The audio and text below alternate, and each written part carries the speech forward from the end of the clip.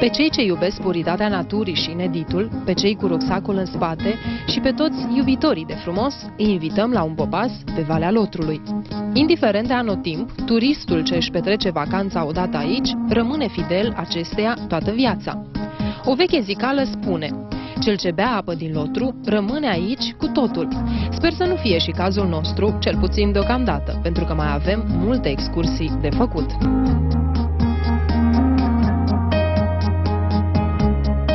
Începem călătoria noastră într-un sat de munte, unde se păstrează multe dintre obiceiurile și porturile populare specifice zonei. Ciunget este prima localitate aflată pe malul stâng al Latoriței, prima de pe valea ei.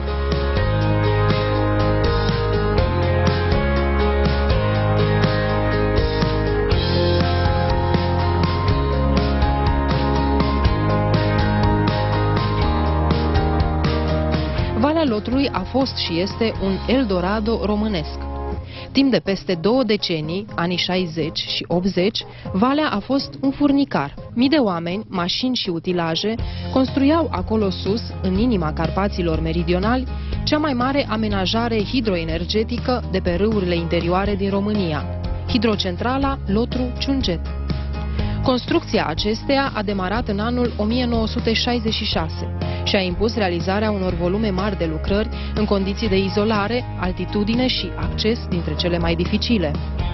Aceste lucrări au permis punerea în funcțiune a primului grup al centralei Ciunget în noiembrie 1972 și a ultimului grup în august 1975. Aici sunt 186 de kilometri de galerii care alcătuiesc întregul sistem de aducțiuni. O legendă din partea locului spune că, pentru fiecare kilometru de galerie săpată, a fost sacrificată viața unui om. 186 de victime stau la temelia uriașului din inima muntelui. Puterea acestei hidrocentrale este impresionantă.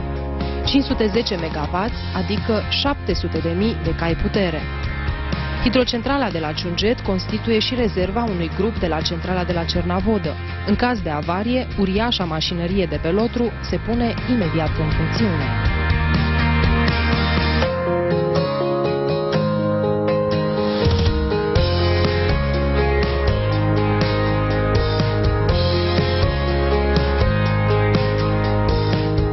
Foarte aproape de hidrocentrală, cocoțată pe un deal, se află Biserica de Lemn din Ciungetul. Aceasta a fost înălțată în anul 1861 și are hramul Sfinților Împărați Constantin și Elena. Ciungetul era în secolul al XIX-lea un sat de moșneni. Ocupațiile lor principale erau exploatarea lemnului, creșterea animalelor, vânătoarea și pescuitul. Amprenta acestor meșteșuguri e imprimată pe chipul acestei mici biserici de lemn din sat, clitorie a țăranilor moșneni.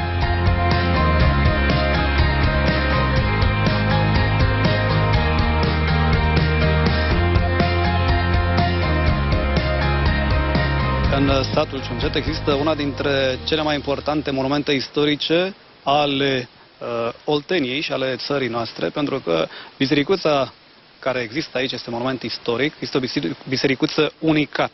Întreaga ce o face să fie unicat? Sigur că da, datorită faptului că la construcția bisericii, începută în 1860, nu s-au folosit cuie din fier, ci toate îmbinările sunt numai din lemn de brad, cep de brad. Apoi, o altă caracteristică ce o caracterizează ca unicat în biserica noastră este una dintre picturi.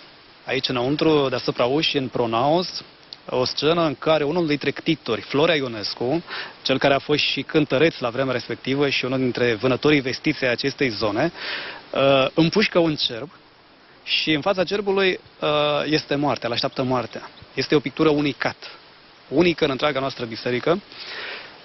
De asemenea, tot aici în pronaos, bisericuța, sunt pictați o parte dintre ctitorii bisericii în costume populare. Costume populare ardelenești, cu pălării, cu boruri, cu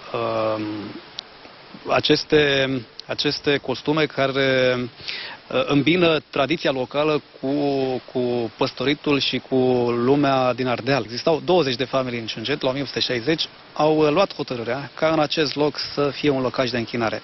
Până atunci, undeva aici mai sus, există o troiță.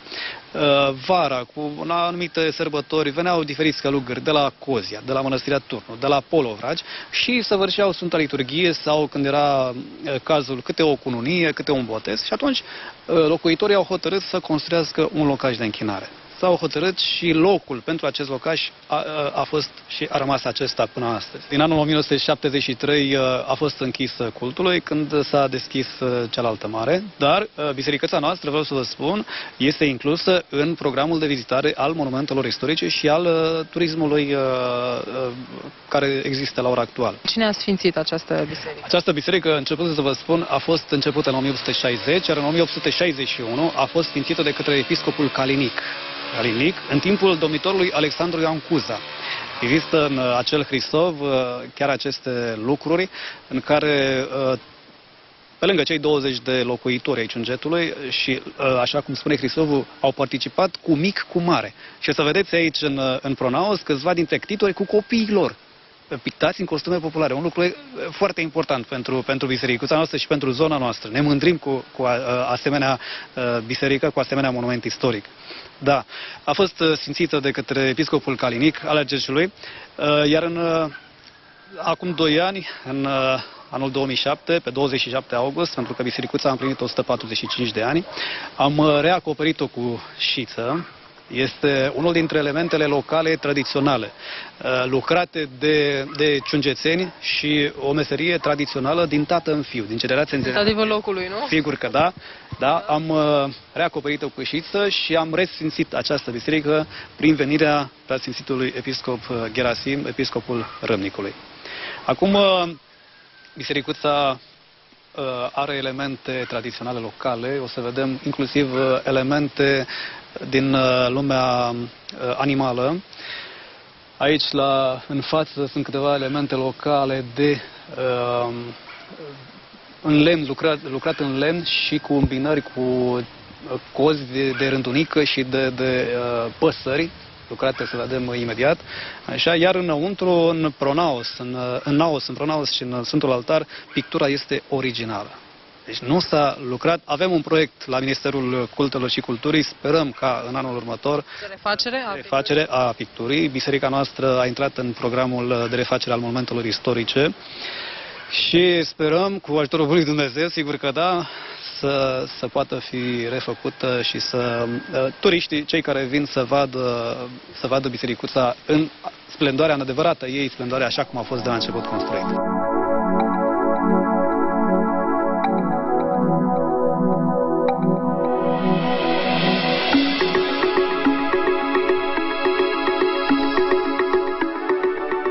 Valea Lotrului este o gură de rai, o gazdă primitoare pentru toți cei ce îi trec pragul, care, odată sosiți aici, devin musafirii ei vremelnici.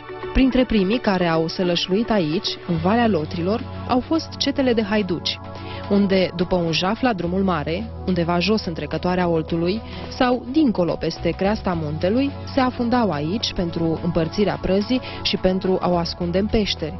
După cum spune legenda, ei au ajuns mai sus de satul Ciungetu de pe la Torița. Fiecare ceată avea căpetenia ei. Tartorul lor era Breazu, a cărui ceată hălăduia la gura de intrare în Valea Lotrului. Cetățile de piatră, cu multele lor grote, erau numai bune de adăpost și ascuns prada. Mai sus, pe vale, își făceau de cap cetele lui Mălai, la Mălaia, Ciungu în zona Ciungetului de azi și Voinea. Mai târziu, după ce s-au săturat de prăduit, haiducii și-au întemeiat familii și s-au stabilit pe locurile care astăzi se numesc Brezoi, Mălaia, Ciunget și Voineasa. O altă legendă spune că cei 4 au venit de undeva din susul Oltului, sătui de nelegiuirile ce le-au înfăptuit, încărcați cu agoniseala de până atunci, și au ajuns la gura de vărsare a Lotrului în Olt, unde hotără să se lase de hăiducit și să se despartă pentru a li se pierde urma. Ambele variante nu sunt decât niște legende, care învăluie în mister adevărul de ficțiune. Certă este prezența omului pe Valea Lotrului din Neolitic, din epoca bronzului. Dovezile care atestă aceasta sunt fragmentele ceramice găsite în apropierea peșterii Laptelui de la Ciunget.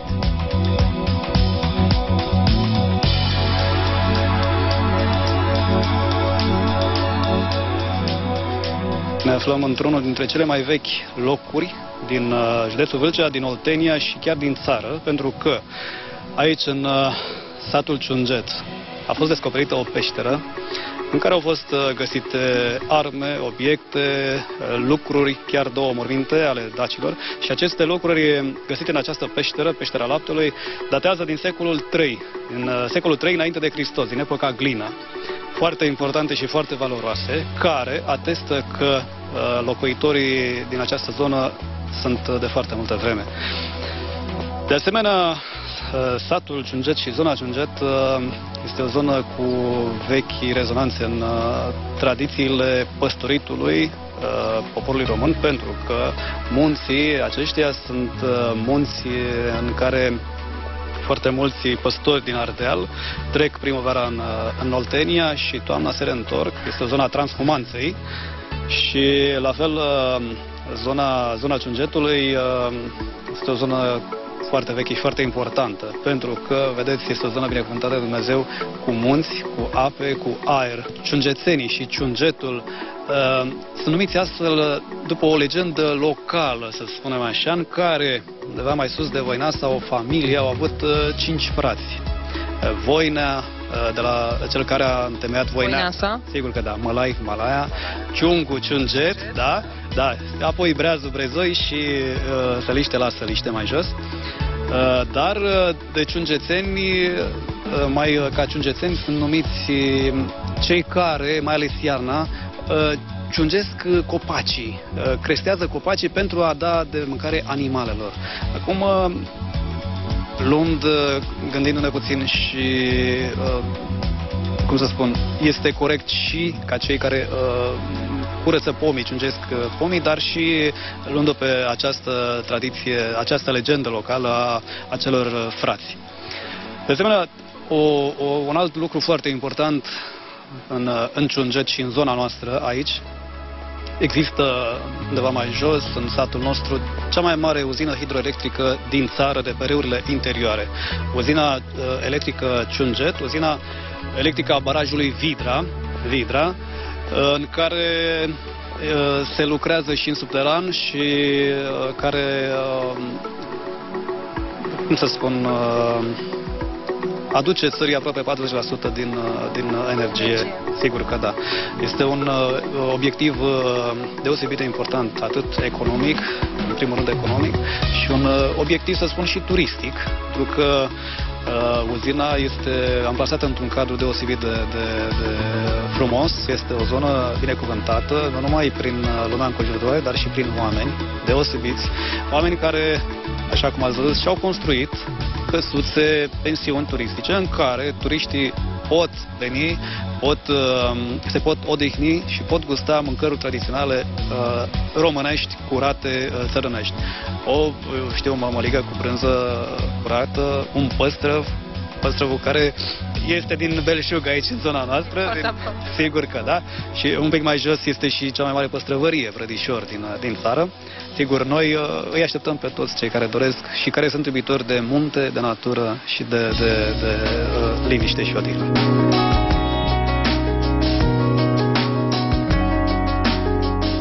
Dacă tot am aflat de la un om al locului că în zonă sunt multe pensiuni, unde proprietarii te primesc cu brațele deschise, am pornit în căutarea lor. Asta ca să vă arătăm care sunt condițiile de cazare de aici. Ne îndreptăm cu mașina spre pensiunea cu cea mai frumoasă panoramă a satului Ciunget. Amplasată la o altitudine de 1250 de metri, aceasta reprezintă locul ideal pentru cei dornici de liniște, priveliști minunate, cât și de aer proaspăt și curat.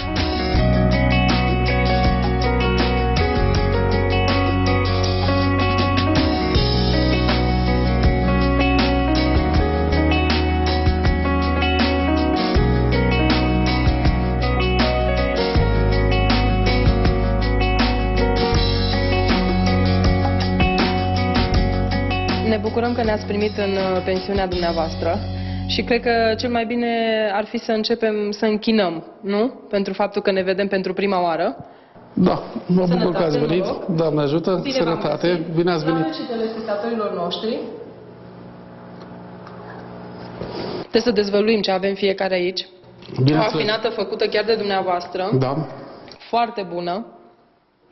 Și acolo ce aveți? Tot Țuică, țuică. Bun. făcută tot de noi aici. Când ați construit pensiunea? Anul trecut, în august, a fost gata. Anul trecut s-au deschis porțile pentru turiștii care vin aici. Exact. De ce ați ales un astfel de loc? Din Ciungetu se vede foarte bine. Aș putea spune că e pusă strategic oarecum, ca să invite turiștii să ajungă până la altitudinea de 1300 de metri. Nu v-a fost greu? Aproximativ. Nu v-a fost greu să aduceți toate materialele? Ba da, a fost foarte greu. Dar dacă îți dorești ceva, tot e posibil. Dacă vrei ceva, poți. De ce ați ales acest loc? Pentru că este foarte, foarte frumos. Sunt foarte, foarte multe lucruri frumoase în țara asta, dar peisajul de aici este de vis. Cine vine aici, odată, cu siguranță revine. Cred că este un loc ideal în care poți să vii și vara și iarna. Cam aici să faci în ambele iarna are farmecul ei, avem cai, sanie, frumos, zăpadă, liniște. Vara este frumos pentru că este totul e verde aici în zona asta, totul e verde. Drumeții, mers pe jos, avem animale, plimbat cu căruța. Mai ales iarna, îmi imaginez. Iarna cu sania, cu cai. E un loc ideal în care să ne petrecem sărbătorile de iarnă. Printre puține locuri, cred că nu numai în județul Vâlcea, poate mai puține în țară, unde iarna poți să mergi cu sania, cu cai. De unde pasiunea aceasta pentru cai? Probabil că m-am născut cu ea. Îmi plac foarte mult animalele, deși costurile sunt foarte mari, iar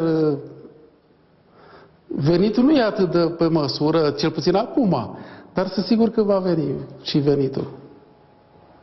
E foarte, foarte greu de întreținut animale, pentru că aici nu avem nutrețuri, nu avem nimic să le ținem. Noi cumpărăm totul pentru ele. Și avem animale de calitate, adică probabil l-ați văzut. Doi cai frumoși. Doi cai frumoși, avem și vaci, avem și măgăruși. Aveți și un haiduc destul de mare. Și câini. E greu să le întreții, dar e o pasiune, probabil e o plăcere a sufletului, care nu contează cât costă. Îmi spuneați la începutul interviului că noi stăm așa într-un loc mai special, dat fiind faptul că este și șemineu, dar acesta este cumva scaunul lui Moș Crăciun? Da, asta e scaunul lui Moș Crăciun. Care vine cu sania aceea. Numai că nu are piele acum posedăm. El avem peste mesele astea, peste scaune, avem piei, iar aici vine Moș Crăciun de Crăciun, el se așează aici. E locul lui. Bun. Ai avut noroc să te așezi până să vină el acum. Da, așa este. Să vorbim puțin de pensiune. Este destul de mare. Câte camere aveți aici? Sunt 10 camere, câte 2 locuri, mai puțin 2 camere care au 3 locuri și o mansardă cu 6 locuri. Sunt 28 de locuri de cazare.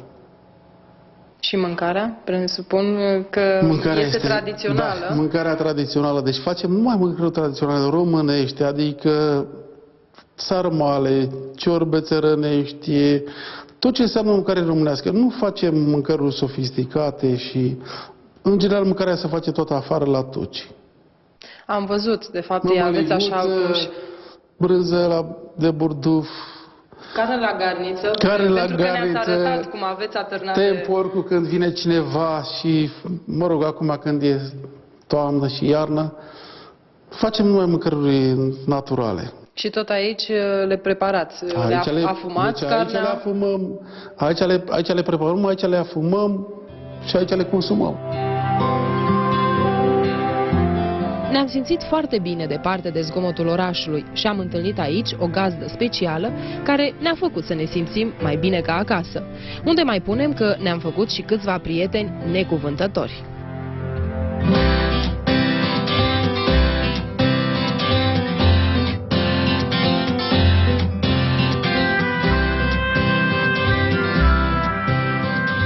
Mai este foarte puțin până la lăsarea serii și tocmai de aceea vrem să ajungem din timp la pensiunea unde vom înopta. Gazdele noastre ne așteaptă și, sincer, după atâta drum, ni s-a făcut foame. Am auzit că Neadoru este un bucătar desăvârșit și că mâncarea făcută de el este cu adevărat delicioasă.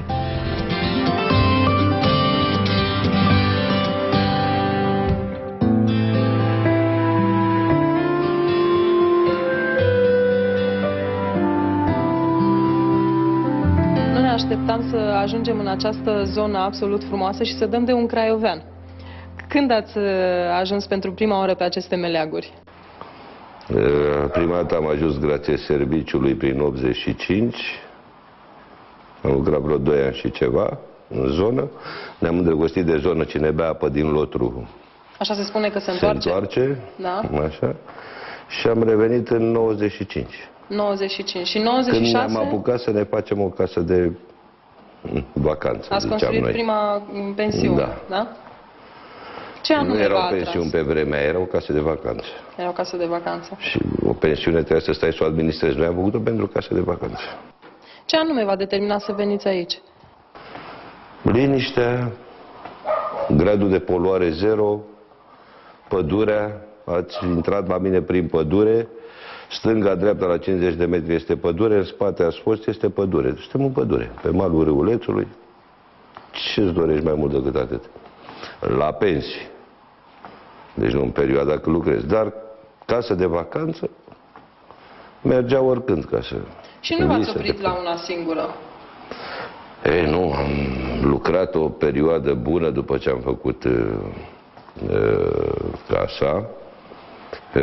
În 2002 am încercat forma de agroturism, să vedeți noi cum este, că nu știam. Ne-a plăcut, nu ne-am făcut reclamă mai deloc, nici acum de altfel nu prea avem reclamă. Efectiv, turist de la turist s-au informat așa și am văzut că e foarte bine, îți faci foarte mulți prieteni, Dacă sunt tratați înveți, cum trebuie, dacă normal că n-ar fi revin. tratați Și dacă pe- le place și zona, pe bineînțeles. o pagină de internet, care nu este a mea, este o firmă, unde a pus mai multe pensiuni, au venit la mine pentru fotografii, au făcut câteva fotografii și m-au rugat să le dau un text. Și apropo de tratare a turistului, și nu am dat niciun text, i-am spus decât atât, să scrie efectiv câteva cuvinte și astea sunt: vă rugăm, nu veniți la noi, riscați să vă faceți abonament. Și asta a fost tot. Și asta i-a atras oarecum. Îi atrage și acum că funcționează pagina. Funcționează. Da. De altfel, am văzut că vă plac foarte mult animalele. Aveți de la câini pe lângă casă, pisici, găini, Cine nu cai. iubește animalele, nu iubește oamenii, să știți. Și cu cât ai mai multe animale pe lângă tine, cu atât ai senzația că faci ceva util, că ajuți animăluțele alea să crească, auzi, iepurașii, prepelițele. Bine, ele au și rentabilitate economică după aceea. Dar și rentabilitatea economică apare numai dacă îți place să ai grijă de ele, să Vă le ocupă crezi, și foarte mult timp. Cum Spre exemplu, reușiți mâncarea să pentru faceți pepelițe o luăm numai de la Creva. Vă dați seama ce chinuială, avem 200 de kilometri. Fugim până acolo, luăm câte 10 saci. Timpul este limitat în pensiune, în sensul că de la ora 6 și ceva avem ce face până la ora 11 și ceva, 12. Fără pauze. Pauza e o masă de mic dejun, un prânz. Și cine dacă mai mâncă, dar mă că e sănătos să nu o mănânce, așa că prinde bine. Dacă tot vorbiți de mâncare, cu ce bunătăți serviți pe turiști? Noi lucrăm mai mult în sistemul ăsta mai natural, așa, mai... Deci nu facem nicio mâncare pompoasă, dar le facem foarte gustoase. 80% din ce se află în oala de ciorbă sau în cuptor sunt naturale, deci nu le cumpărăm, da? La micul dejun mai apar improvizații de-astea din comerț, dar în rest să știți că dacă nouă ne-a plăcut să mâncăm ceva bun, Și sănătos. atunci am încercat să-l facem și sănătos. Și făcându-l și sănătos și bun, atunci place la toată lumea. Facem de toate. Ar trebui să stați aici vreo 3-4 zile, 5, ca să vă convingeți de... Și de ce facem? Și acolo la intrare în restaurant este un cântar, vă cântăriți când veniți și vă mai cântăriți Da, când și când plecați, plecăm. ca să vedeți ce ați pățit. Dar asta se Și stă în câteva culmea că o zile. să mai reveniți.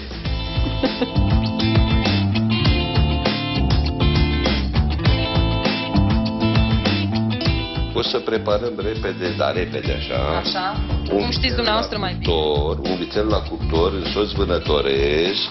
Sună interesant. Spune Baciu. Da? Da. Avem vițelul Apropo de transumanță aici în zonă. Da, puteți să vorbiți și eu mă ocup de asta, sau putem să vorbim împreună, da? E și puțin pezant, dar nu prea mult, că nu am avut timp. Da. Da? Dacă aveți nevoie de mână de ajutor, să-mi spuneți. Reușesc cu Nevoie, că stânga? le am pe amândouă la mine. Se așează bucățelele aici. Da? Fără ulei, fără nimic? Se pune vin, dar ce să facem noi cu ulei? Nu e sănătos, nu? Sigur că da.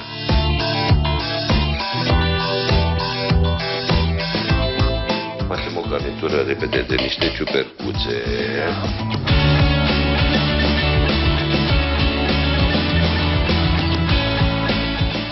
Timp în care ar trebui să toc repede niște ceapă, care întâmplător este tocată Da. foarte greu. E mai bine așa, să le avem pe toate la îndemână. Avem sucul aici de roșii, care vine peste el, tot cu niște vin, o să vedeți.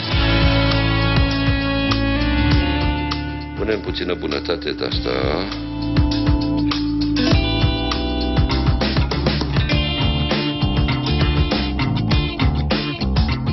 E gata. Da. Mititica de aranjăm puțin farfuriile.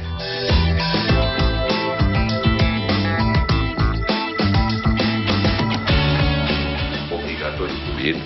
Noi cu vinul casei ne lăudăm. Nu pot să beau acum că sunt în cameră, dar cum închide omul camera? Beau.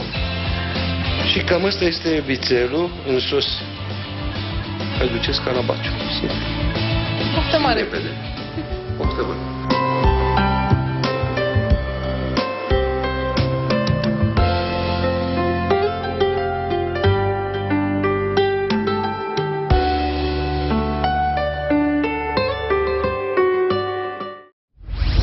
Urmărește-mă online exclusiv pe www.tvreplus.ro.